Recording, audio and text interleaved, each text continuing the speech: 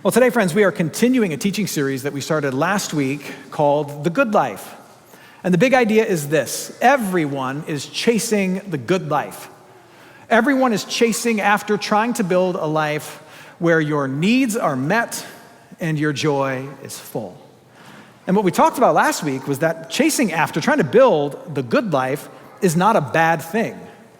In fact, it's a biblical thing. It's a godly thing. It's even a Jesus thing. Jesus himself encourages us to try and build the good life.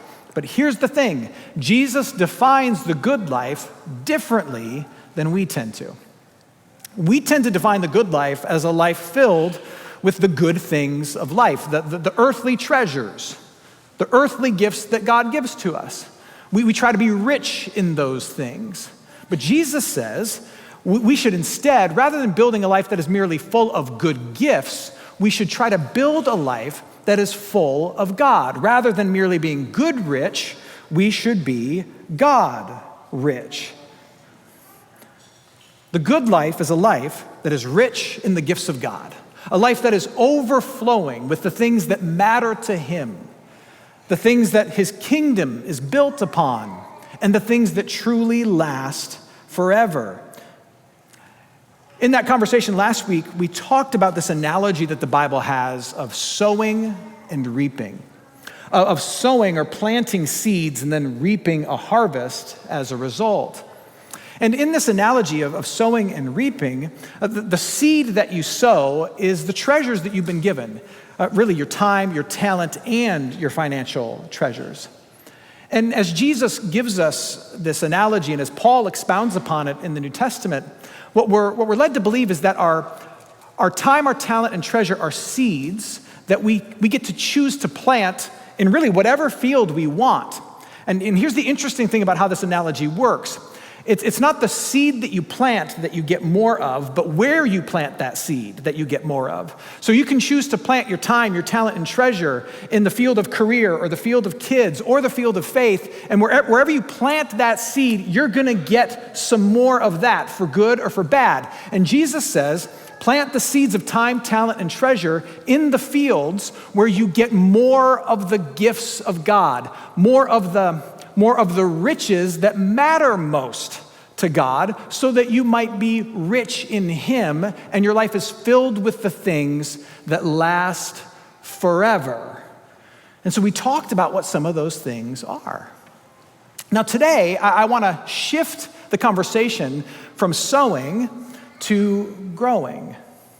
And the question that I want to wrestle with this morning is this one: how might we, as Paul encourages us to do, how might we root ourselves more deeply in Jesus and grow more in the riches that God says matter most?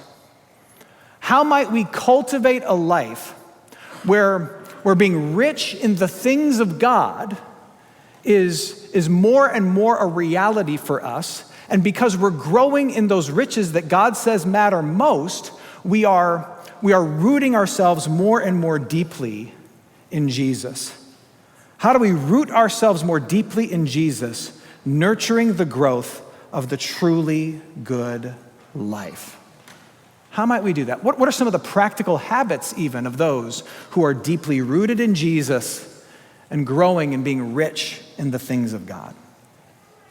Now, as you might be able to guess, one of those habits that we're going to talk about, and it's going to be the focus of our time today, is the rhythm of sacrificial sowing or giving into the life of the local church as a means of rooting ourselves more deeply in Jesus and nurturing a life where we are rich in the things of God. In conversations with you over the years, one of the things I've heard you say is this: Pastor Matt, I want to be rich in the things of God. I want to be deeply rooted in Jesus. And I know that giving first and best to the local church, I know that's part of that. I know it's part of that. I know that I should, but I struggle to know really why I should and what it accomplishes. And so I want to answer that common question. Now, to help me answer that question, I figure it might be best if you heard from someone other than me. if you heard from someone who, like you, is a member of the church, someone like you who is a regular attender and involved in all the things at church, who really loves this church, but who also, like you, has had to go on a journey of growing in giving and being more deeply rooted in Jesus and rich in God. So to that end, I'd like to invite my friend and our congregational president, Scott BR, forward for a quick conversation we're going to have about all of this. Thank you, Scott. And as he comes forward, I just want to recognize that this conversation about giving to God's work in the church, growing in the riches of God, and rooting ourselves more deeply in Jesus as a result may not be what you expected us to talk about when you came to church today, or when you invited a friend to church today, or when you decided to check out this church for the very first time today. You probably said on the way over, boy, they can talk about anything but money today and we'll be fine. I apologize. But here's why we're doing it. We're having this conversation about growing in giving to the life of the local church because it is tied to what we're talking about of growing in the good life, of being rich in the things of God, and to Paul's commendation to being deeply rooted in Jesus. We're also talking about it, and we're going to have this conversation because we strive to be a very healthy family of faith. And one of the things that healthy families of faith do is that they talk about the sensitive yet necessary things proactively and transparently. And so we're trying to do that when it comes to the idea of giving to the church and church finances overall. Now, if you are a guest, know that we don't typically talk about it in this way.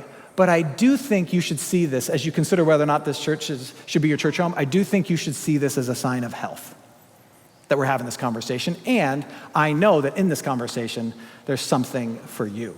So with that said, show a round of applause and a warm welcome to Scott BR.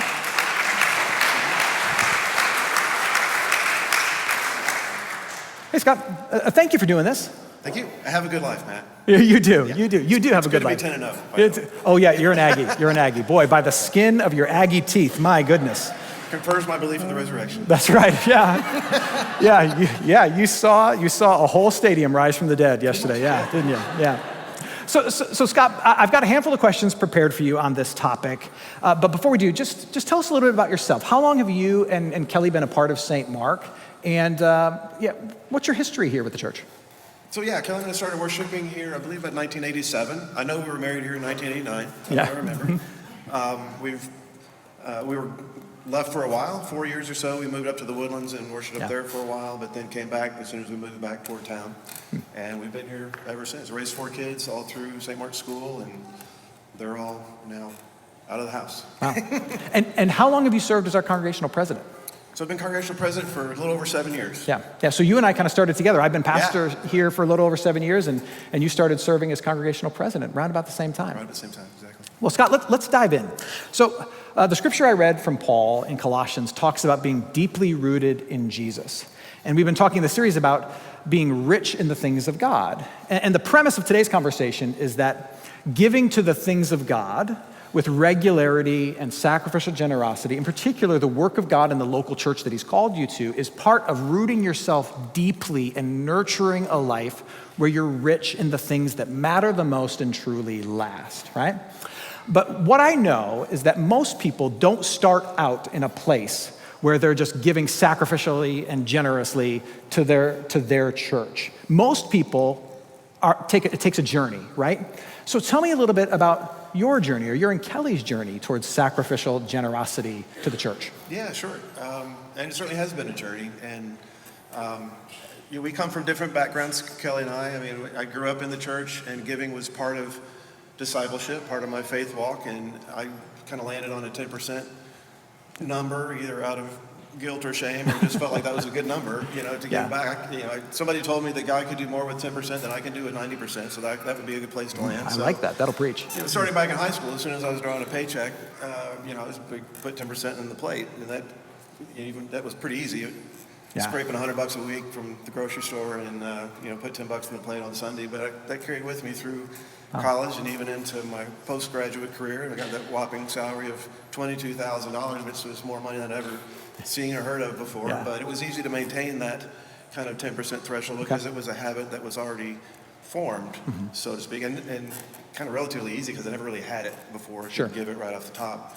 Kelly's background was different. She didn't come from that background, so when we put our lives together, we collectively we didn't get to 10%. We didn't have that much left over at the time. So, but it was one of the things we aspired to do, and it really, we went through a journey that took several years to kind of work through it and inch closer to it year by year, either upping it 1% or with an agreement between ourselves that if we got raises or bonuses that we'd give more than 10% of that to the church to kind of get us closer to that 10% level. And we did some pretty granular budgeting, at a sacrificial level. It's like, well, maybe that Friday treat to myself at Starbucks, I'd waive that for at least one Friday a month, or maybe two every other Friday instead of every Friday. Or we always go out to eat Sunday after church. Maybe 1 week we'll go home and have a sandwich, but purposefully give all that into church. It was purely sacrificial, I think. I think that counts, right? Yeah, it matters.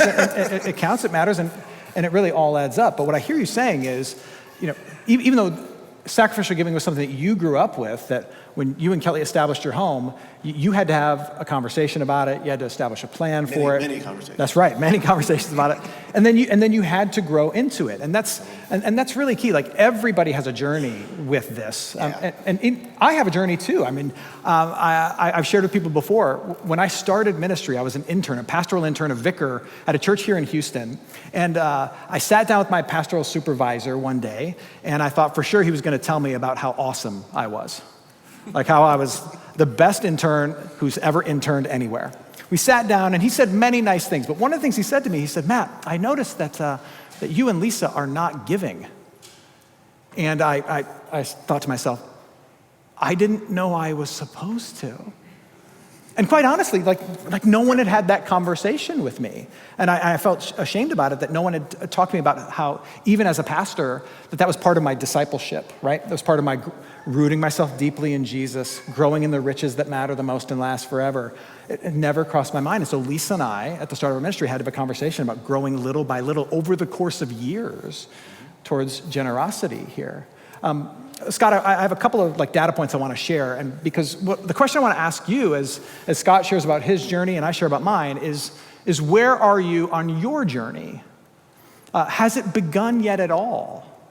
Are you growing? Where are you going to in your own journey if you follow Jesus and you consider this place your church home, of growing in sacrificial giving? Some data to share with you. We have about 858 active households in St. Mark's church ministry, which is a lot. That's amazing. Praise God for that. That means you worship with us, you attend an event, maybe go to a Bible class, maybe your kids take part in St. Mark Kids or youth group. 858 households, representing a lot more people. That's incredible. Of that 858, we have about 460 or so who, over the course of the last year, also gave a tithe or an offering, which is about 53%. So about 53% of those who are active give. And the average annual gift of each of those households is about $3,800. Now, I share that data with all of us, not with any kind of really judgment behind it, just so you can see kind of, this is the journey St. Mark is on in its sacrificial giving. And so my one question for you is, kind of where are you in that? Are you part of the active number, but not necessarily the giving number? Or are you part of the active and giving? And where maybe is your annual giving relative to what the average is? And again, without any judgment, my guess is that $3,800 annual number is not 10% of the average household income of us here in St. Mark. So that's fair to say. That's probably fair to say, right? So where is there room for growth for you and your house? Yeah. Where are you on the journey? Because all of us, even Scott. Not that 10% is a magic number, anything greater than what it is now is incremental. Is growth, that's right. So another question for you, Scott. Yeah.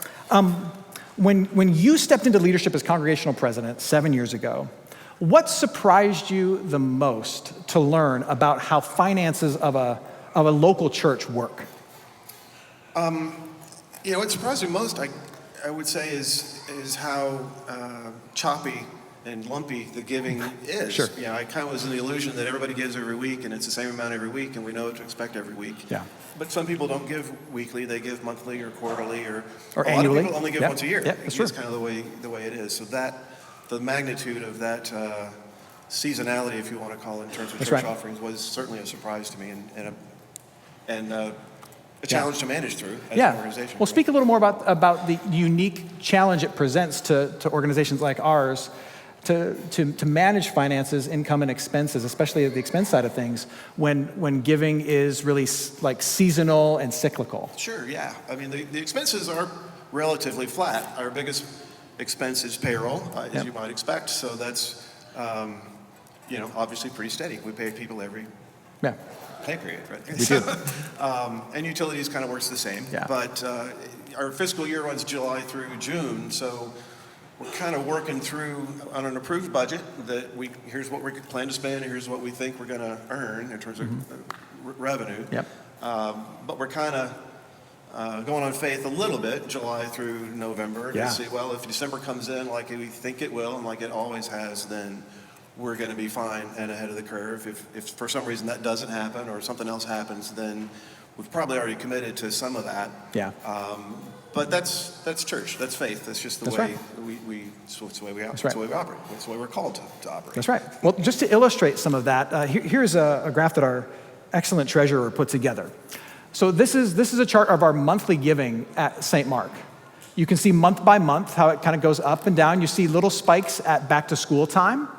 You see a little spike at Easter time. And then you see a giant Christmas tree at Christmas time.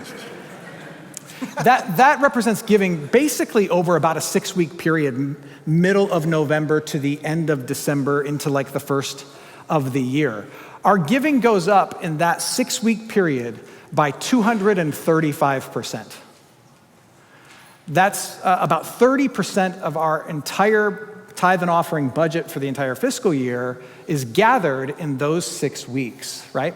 So you're managing expenses and things in light of that before it happens, and then you're managing it in light of that after it happens. And you just, you pray every year that God's people will do what God's people tend to always do and just kind of show up. But you could imagine, like, if you have the ability to give not just an over and above gift at the end of the year, but to give more regularly throughout the year, how it can make kind of managing some of that maybe even a little easier, right? Yeah, certainly managing through the year and even planning for the following year. Yeah. To your point, yeah. For sure. So as a fellow member of St. Mark, someone who loves this ministry and has been involved in this ministry for many, many years, what is something that you want other people who are part of this ministry, who are passionate about this ministry, to know about how the finances of the local church are managed that might give them peace about growing in giving? Yeah, sure. Great question. Well, for one thing, it's a large organization. It's well run. We have staff and management, and money doesn't get lost. We have a good accounting system that, and money gets put where it belongs. We have a budgeting process that we use, and that kind of, I guess, holds people accountable. At least lays expectations on when we have money, here's where it's going to be spent. Year to year, that's kind of the way it is. We kind of have a 3 to 5 year plan. We have audits. Kind of run it like a little business in a way, but it's a pretty good sized business if you think about it. It is. We have audits that take place. Our financial statements are audited annually now, and will be, going forward. So, which is great. We've got a good board that's got a good balance of professional skills and backgrounds. So, our calling as a board is to ensure the sustainability and accountability and transparency of this organization, not only for this year and next year, but going forward, that St. Mark is always going to be here. So, it's a good check and balance system. It also helps that we have a staff that's motivated accordingly, and that we all kind of have similar goals in mind, and we kind of know where.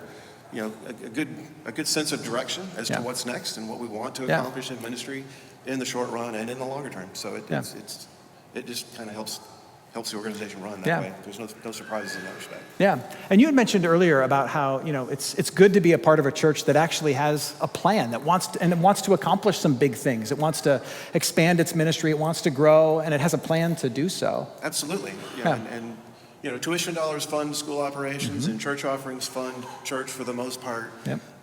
We have other aspirations or plans in mind to big time ministry stuff that will require special gifts, and, Yep. and we know what those are. So yeah, you're right. It's great to be. I've said before, it's great to be on a winning team. It's good to be in with a winner, and it feels that way with St. Mark as well. You got a church that's really growing and going places, and has an idea for where ministry should be for our community here, and that whole giving process, both individually and as an organization, draws us all closer to Christ and draws us closer to ask Him, That's right. what's next? What do you have for us next? That's right. So. Well, one of the things that I think should give our people peace of mind as they seek to grow in giving is the fact that we really try to be accessible and transparent in everything that we do at the church, but in particular, if you have questions about how the business of church is managed, because it is your church, it's Jesus' church, but He's entrusted it to you. And so toward that end, people are encouraged to contact us. I'd like to especially highlight Scott's email address. You can email him, scottbr@gmail.com, and then mine is also up there. But really, any question people have about how things are being managed, what the plans are for mission and ministry here, ask any of those questions, and we are more than happy to answer. Absolutely, yeah. All right, so another question for you, Scott. Yeah. As people grow in giving, what is possible, do you think? What excites you about the prospect of each one of us saying, you know what, I want to be more rooted in Jesus, I want to be more rich in the things of God, and so I'm going to continue to regularly, sacrificially sow into the things of God, in particular at the church He's called me to. What excites you about what's possible if we all did that? Well, I do know this, that giving will draw each of us individually closer to Christ. And if we're giving to St. Mark, it will draw us closer to St. Mark. It's kind of the God-rich message that you gave. What you give to, you'll get more of, or something like that, right? But also, I know we have ideas in mind on what to grow next. We're in a good financial situation, but we also have aspirations of doing more things to reach more people, to grow our organization, but also to reach more people for Christ, to meet friends, meet Jesus, and make a difference. And making a difference is a big part of, obviously a big part of discipleship. That's right. Part of our ministry, right? That's right.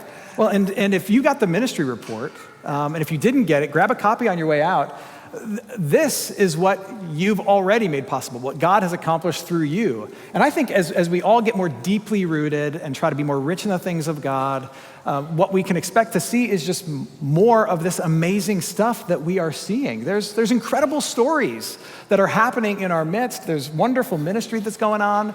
And as more people engage in giving back to God, there's more opportunity for more great stories like that. Totally. Yeah. I have to say, as I travel around the state, go to different churches, see other people, many people around the state, and I guess anywhere that knows, are amazed at what we were able to do in the last 7-8 years or so. How did you raise money to build a school building right after Harvey? How did you do that? Yeah, right. I get that a lot, and I said, well, it's just a collective effort. We all believed in the mission, and we all knew that was something that God was calling us to do, and we had faith and did that. That's right.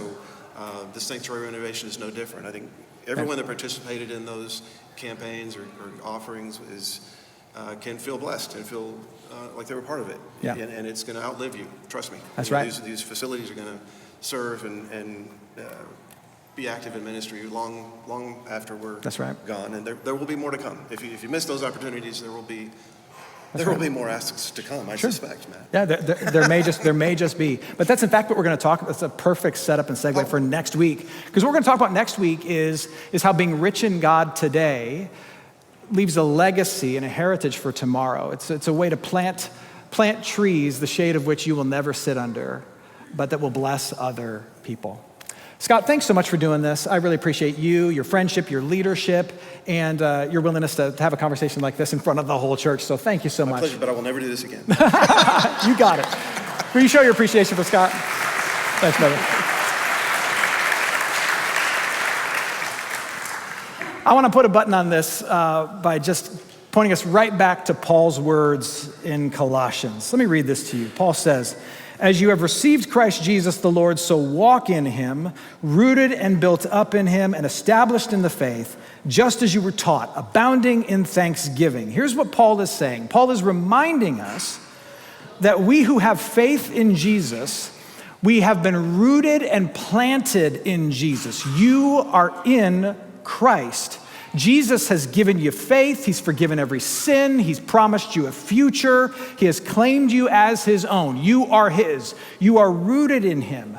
Now, Paul's encouragement is for you to grow in that truth, to build upon that truth, build your life on that truth. And part of how we root ourselves more deeply in Christ, who is holding on to us, is by holding earthly things loosely so that we can share them generously. Let me say that again. Part of how we root ourselves more deeply in Jesus is by holding earthly things loosely so that we can share more generously. We prove to ourselves and to the world that we belong to that king and that kingdom when we hold loosely and share generously the stuff of these kings and this kingdom. I want to share with you in closing 3 habits that I have noticed of those who, in how they manage their stuff, grow increasingly rich in the things of God. The first thing I've noticed is that they fight for margin. They plan and they work so that with whatever dollars they have some of those dollars left over to be generous. Whether you have a little or you have a lot, it takes some work, some planning, some sacrifice to have something left over so that you can actually be generous. It means having some conversations about money or going without some comforts or some extras so that you've got a little bit extra to give. It reminds me of the commendation deep in the Old Testament that God gave to the Israelite people where he said, "Do not harvest your field all the way to the edge, but instead leave a margin around the edge of your field of unharvested crops to be used as a gift to the temple and to be used as a gift to those who are wandering, who don't have crops of their own. Don't harvest your field to the edges." Those who are growing and being rooted in Jesus and rich in the things of God, they fight for the margins. Second, they expect opportunities to give to be given to them. They expect God to interrupt their life with an ask, with the need of a neighbor, the need of a friend, the need of the church. And they don't see these things as interruptions or obstacles, even though they might be very inconvenient. They see them as divine appointments. They see them as invitations. I know God is going to ask me to give. Any moment now, he's going to ask me to give. And it's probably going to be in a way that's unexpected or a way that's uncomfortable or challenging to me. God's going to ask me to give. Oh, here it is. He's asking me to give. They have an attitude of expectation. Don't be surprised, follower of Jesus, when Jesus comes to you in the form of someone else's need or the growing needs of a church that you're a part of from which you receive gifts, and Jesus says, be generous. And then third, they know how to fill the fridge. Let me explain this to you. I want you to think of the local church that God has called you to and through which God blesses you. I want you to think of it as a refrigerator.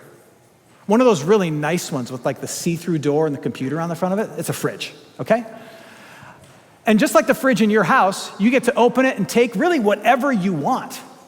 And you can open the fridge and you take great things. You take great worship services. You take children's ministry for your kids, middle school ministry for your students. You take outreach opportunities. You take Advent events. You take all these things, and that's good. That's what it's there for. The fridge exists to hold things that will bless you. That you open the door and you take those things. But as you grow in maturity, you also grow in a sense of responsibility, and you understand, I can't just empty the fridge.